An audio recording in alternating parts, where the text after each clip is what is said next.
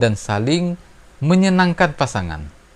Ya, kalau misalnya istrinya belum puas, suaminya udah puas, ini tidak baik teman-teman. Jadi harus saling sama-sama puas. Nonton dulu, ya, nonton film-film yang hot lah, film biru misalnya kan. Nah, sebelum melakukan aktivitas hubungan intim, itu tak boleh menonton. Sama juga dengan melihat aurat orang lain. Ya, kenapa harus melihat aurat orang lain? Toh, aurat istri kita ada.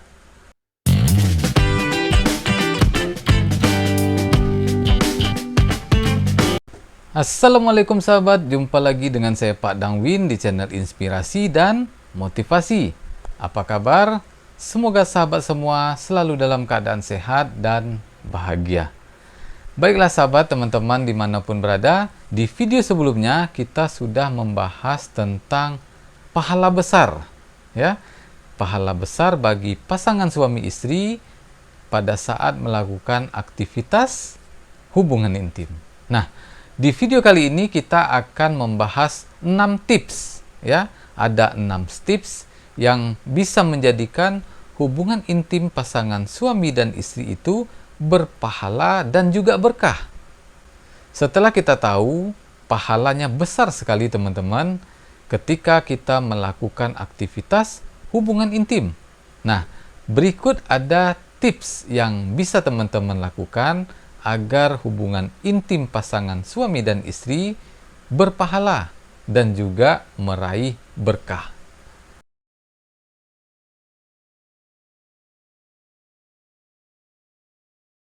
Yang pertama, niatkan untuk ibadah. Ini yang penting teman-teman. Setiap akan melakukan hubungan intim dengan pasangan, niatkan dalam hati bahwa ini adalah bentuk ketaatan kepada Allah Subhanahu wa Ta'ala, yaitu memenuhi hak pasangan dan menjaga diri.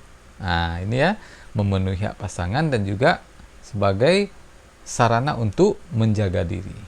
Yang kedua, perhatikan adab dan juga sunnahnya. Ya, jadi ada beberapa adab yang harus kita lakukan ketika akan melakukan aktivitas hubungan intim dengan pasangan. Yaitu yang pertama, sebelum melakukan aktivitas hubungan intim tentu kita membaca doa. Ya, sebelum melakukan kita membaca doa dan juga selalu menjaga kebersihan. Ya, jadi sebelum melakukan hubungan ya bersih-bersih dulu teman-teman. Ya, misalnya mandi dulu ya, gosok gigi pokoknya yang bersih dan wangi tentunya. Nah, ini merupakan sunnah. Yang ketiga yaitu komunikasi yang baik. Jadi teman-teman jangan sungkan. Ya, apalagi sama pasangan sendiri, ya. Jangan sungkan untuk membicarakan apa keinginanmu, apa kebutuhanmu. Ya. Jadi jangan sungkan untuk membicarakannya dengan pasangan. Jadi komunikasikan. Ya, komunikasi yang terbuka, saling terbuka antar pasangan suami dan istri itu akan membuat hubungan semakin harmonis. Yang keempat, teman-teman, yaitu saling menjaga kenikmatan. Ya, pastikan antar pasangan suami dan istri ini, ya, kedua belah pihak ini mendapatkan kepuasan. Ya, jangan satu aja yang puas, satu tidak, misalnya kan. Jadi ini tidak baik teman-teman. Jadi harus sama-sama puas. Ya, sama-sama puas, sama-sama nyaman. Jadi saling berbuat baik dan saling menyenangkan pasangan. Ya, kalau misalnya istrinya belum puas, suaminya udah puas, ini tidak baik teman-teman.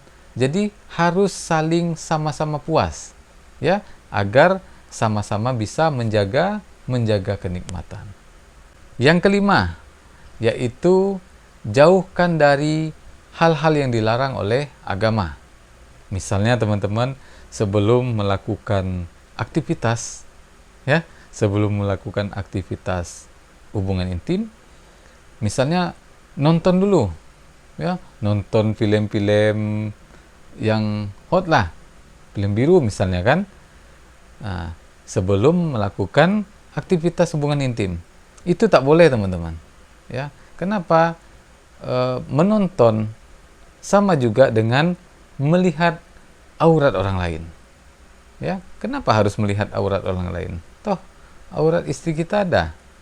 Jadi untuk menonton film-film apa ini dilarang ya teman-teman. Tidak boleh. Alasannya itu tadi, kita tidak boleh melihat aurat orang lain. Jadi hindari teman-teman, hindari hal-hal yang bertentangan dengan syariat, ya. Jadi fokus sajalah, fokus saja sama pasangan halalmu. Apa yang ada di film itu ada sama pasanganmu, ya. Nah, yang keenam teman-teman, yaitu menjaga rahasia. Nah, ini penting. Jadi apapun yang terjadi di ranjangmu itu merupakan rahasia dan tidak boleh diceritakan kepada orang lain, ya. Cukup kalian berdua aja yang tahu. Jangan pula nanti cerita ke mentang-mentang punya bestie gitu kan, aku sama pasanganku gini loh, aku begini loh. Itu tak boleh teman-teman, dilarang, ya. Jangan sampai kita menceritakan rahasia ranjang kita kepada orang lain. Nah teman-teman, kalau kita bisa menjadikan hubungan intim ini sebagai ladang pahala, dampaknya ke rumah tangga itu pasti positif teman-teman. Yang pertama, rumah tangga akan semakin harmonis dan juga sakinah, ya. Yang kedua, ini bisa meningkatkan rasa syukur kita kepada Tuhan, dan juga bisa meningkatkan rasa cinta kita kepada pasangan atau rasa cinta kepada satu sama lain. Nah, yang ketiga teman-teman, ini bisa menghindarkan kita daripada perbuatan-perbuatan maksiat, godaan-godaan pelakor misalnya kan, ini bisa terhindar dari perselingkuhan. Yang keempat teman-teman, ini bisa membangun keluarga bahagia, keluarga yang diberkahi oleh Allah Subhanahu wa Ta'ala. Demikian teman-teman sharing santai kita pada kesempatan kali ini. Terima kasih pada teman-teman yang sudah menonton video saya dari awal sampai akhir. Jangan lupa subscribe ya bagi teman-teman yang baru menemukan channel Pak Dang Win. Nah, demikian teman-teman. Semoga bermanfaat. Assalamualaikum warahmatullahi wabarakatuh.